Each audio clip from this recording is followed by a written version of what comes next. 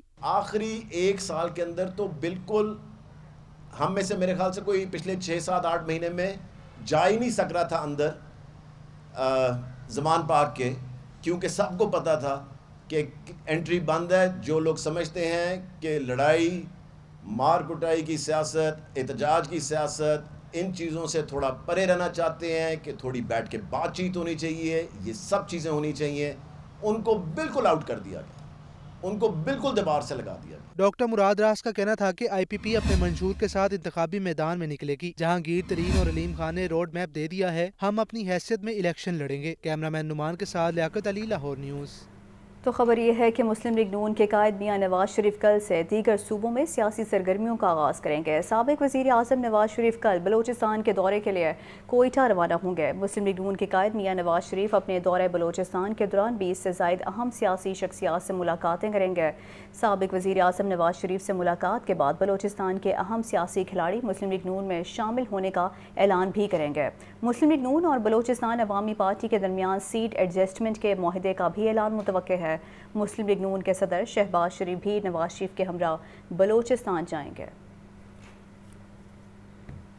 نگران وزیر اعظم کے معاون خصوصی حافظ طاہر محمود اشرفی نے کہا کہ اسرائیلی دہشت گردی پر اسلامی تعاون تنظیم کے اجلاس کے فیصلے کے 24 گھنٹوں میں نتائج آنا شروع ہو جائیں گے. بین المذاہب ہم آہنگی کے فروغ کے بغیر امن قائم نہیں ہو سکتا. اس حوالے سے رپورٹ کر رہی ہیں سامیہ سعید.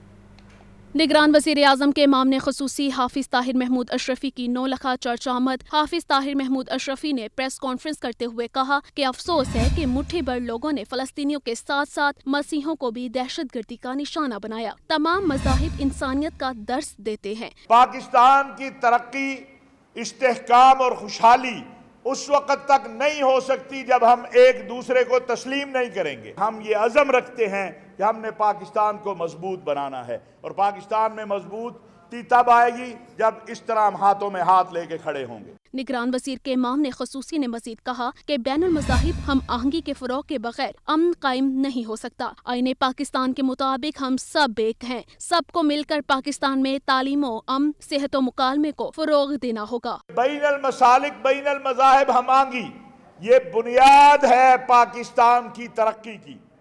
اگر ہم ایک دوسرے کے حق کو تسلیم نہیں کریں گے تو ہم ترقی نہیں کر سکتے ہیں. ہمیں ایک دوسرے کے حق کو تسلیم کرنا ہے.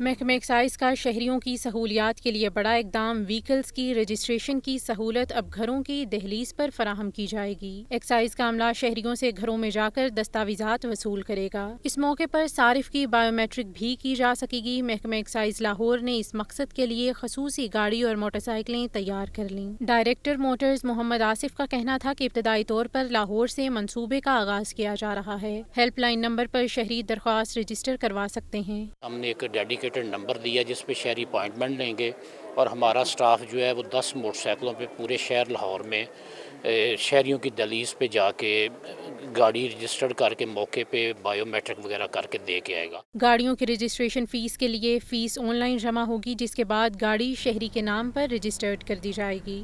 گیس کی قیمتیں تو بڑھ گئیں مگر صارفین کے مسائل جوں کہ تو سردی کی آمد کے ساتھ ہی شہر کے مختلف علاقوں میں گیس نایاب ہو گئی۔ دل محمد روڈ ولی اسٹریٹ کے رہائشی گیس کو ترس گئے۔ فہد امین کی رپورٹ۔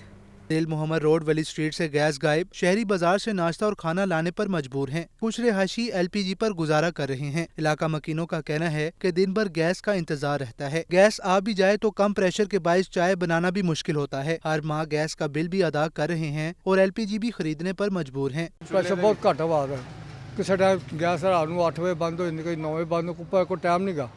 صبح آندی نہیں آندی، تھوڑی جی گیس ہے واقعی کر کے چائے پکنی مشکل ہو جاتی ہے۔ پریشر کا مسئلہ ہے، گیس صبح کے ٹائم آتی ہے اور بالکل اس کا پریشر کم ہوتا ہے۔ ناشتہ بنانے میں بھی مسئلہ ہوتا ہے، جب بندہ اٹھتا ہے اتنی دیر میں گیس چلی جاتی ہے۔ دوپہر میں بھی ٹائمنگ ہے، یہاں تو ہمیں بتا دیا جائے کہ ٹائمنگ کا حساب، ابھی موسم سرما کا جو ہے نا ٹائمنگ شیڈول نہیں بتایا گیا۔ اہل علاقہ نے مزید کہا کہ گیس کی قیمتوں میں تو اضافہ کر دیا گیا مگر گیس پریشر نہیں بڑھایا گیا۔ سوئی ناردرن انتظامیہ معاملے کا نوٹس لے۔ کیمرہ مین فیصل رحمان کے ساتھ فہد امین، لاہور نیوز۔